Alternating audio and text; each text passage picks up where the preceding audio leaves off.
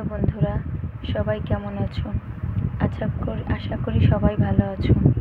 তো আজকে আমরা চতুর্থ শ্রেণীর গণিত বইয়ের ৬২ পৃষ্ঠায় যে অঙ্কগুলো আছে সেগুলোর সমাধান করব।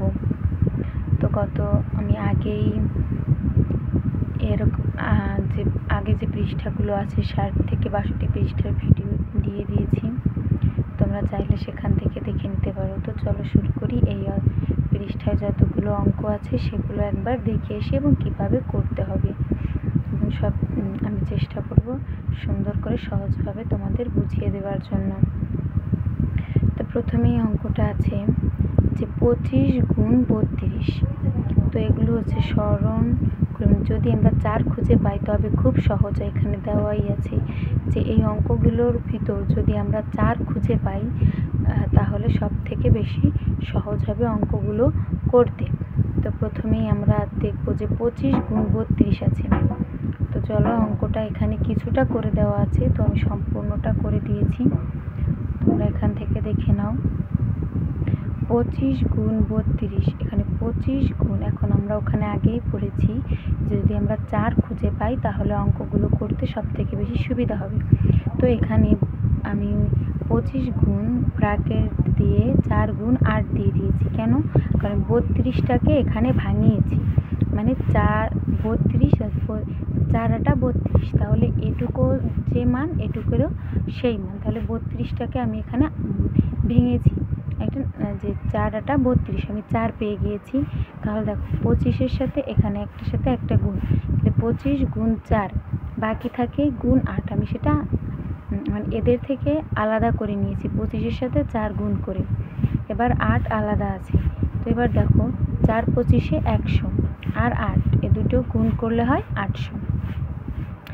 এরপরে এখানে 2 দাগে অঙ্কটা আছে যে 99 গুণ 9। তাহলে এখানে দিয়ে দিয়েছিল, আমরা জানি যে 99 সমান 100 বিয়োগ 1, তাহলে 100 থেকে 1 বিয়োগ দিলে থাকে 99। তো এভাবেও করতে হবে। তো আমরা 2টা নিয়ম পেয়েছি এখানে, পরবর্তীতে আমাদের লাগবে। প্রথমটা হচ্ছে যদি আমরা 4 খুঁজে পাই তাহলে সব থেকে বেশি সহজ হবে। এরপরে নিয়মটা হচ্ছে 100 হতে পারে, সেখানে 1000 থাকতে পারে এই সংখ্যাটা ভাঙানোর ক্ষেত্রে। তাহলে 99 1000 বিয়োগ 1, তাহলে এটুকেরও যে মান এটুকু সেই মান, তাহলে একই, দুটো সেম। এখানেও কিছুটা করে দেওয়া আছে, আমি এখানে পুরোটা করে দিয়েছি, তোমরা একবার দেখে নাও।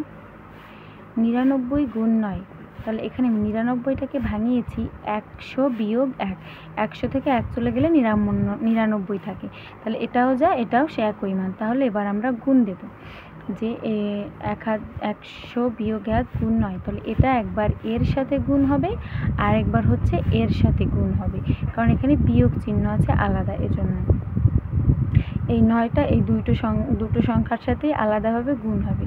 তাহলে একবার 9 গুণ 100, এই বিয়োগ চিহ্নটা বিয়োগই রয়ে যাবে।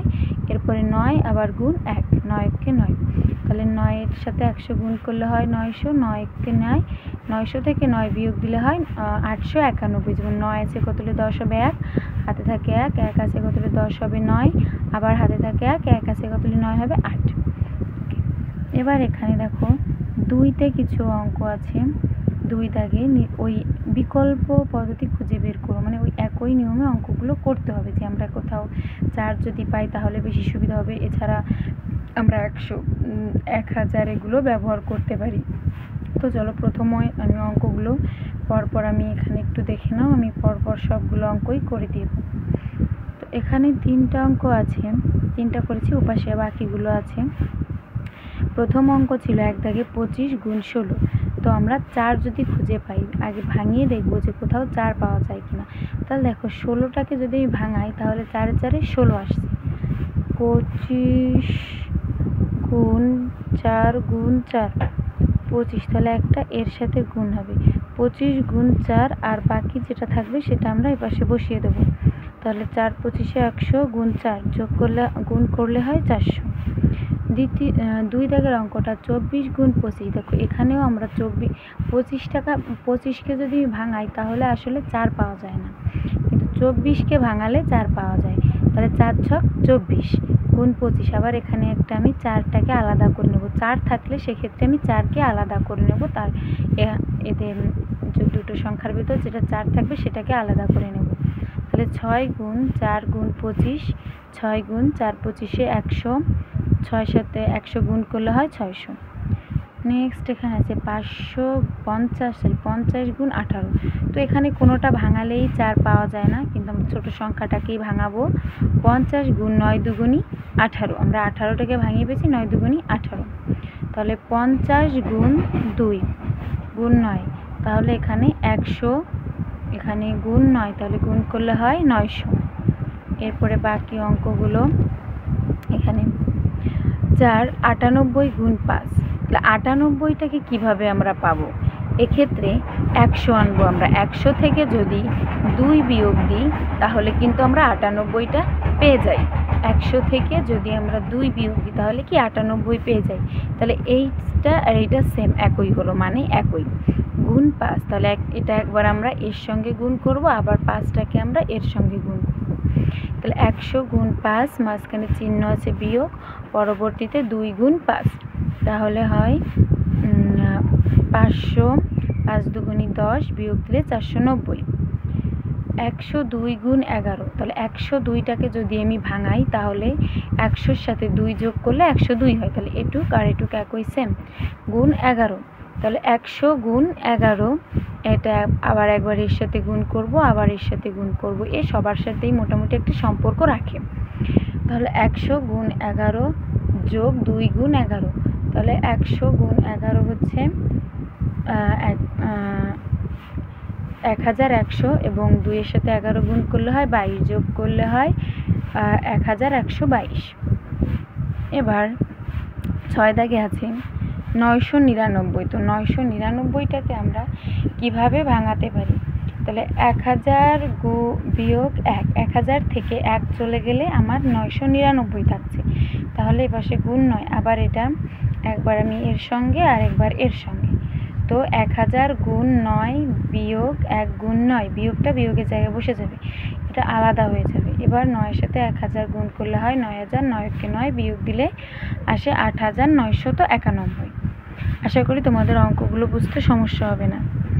এরপরে আমাদের আছে 3 দাগের যে অঙ্কটা, দেখো এটাও আমাদের গাণিতিক বাক্য হিসেবে করতে হবে।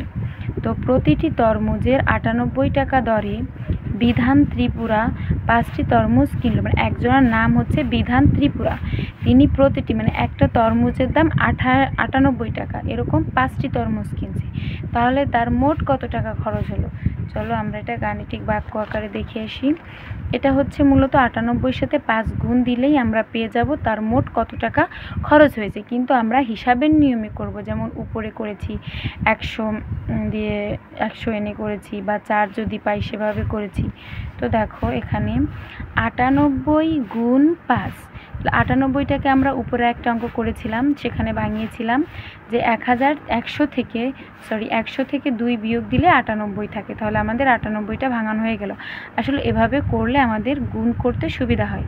এবার গুণ 5, এবার এই 5টা একবারে 100-র সাথে আবার 2-এর সাথে, তাহলে 100 গুণ 5, বিয়োগ চিহ্নটা মাঝখানে আলাদা হয়ে যাবে, 2 গুণ 5, তাহলে 500, 5 দুগুণী 10, বিয়োগ দিলে 490। তাহলে আমাদের এখানে বিধান ত্রিপুরার মোট খরচ হয়েছে 490 টাকা। দ্বিতীয় যে অঙ্কটা আছে, দেখো মায়ের কাছে 36টি ছোট ব্যাগ রয়েছে, প্রতিটি ব্যাগে 25টি জলপাই রয়েছে, মায়ার কাছে মোট কতটি জলপাই রয়েছে? তাহলে মায়ার রয়েছে 36টি ছোট ব্যাগ, তো প্রতিটিতে 25টি করে জলপাই আছে, তাহলে এই দুটো আমরা গুণ দিলেই পেয়ে যাব যে মোট কতগুলো জলপাই আছে 36টা ব্যাগে।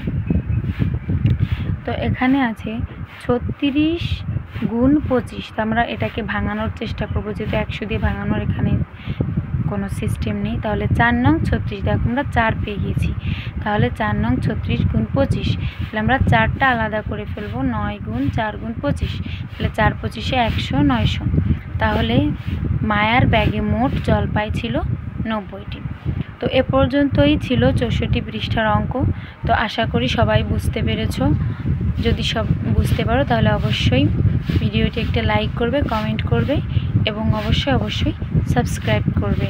এবং যদি অন্য কোনো ভিডিও আপনাদের গণিতের চতুর্থ শ্রেণীর লেগে কোনো অঙ্ক যদি সমস্যা থাকে তাহলে কমেন্টে অবশ্যই জানাবেন, আমি করে দেওয়ার চেষ্টা করব।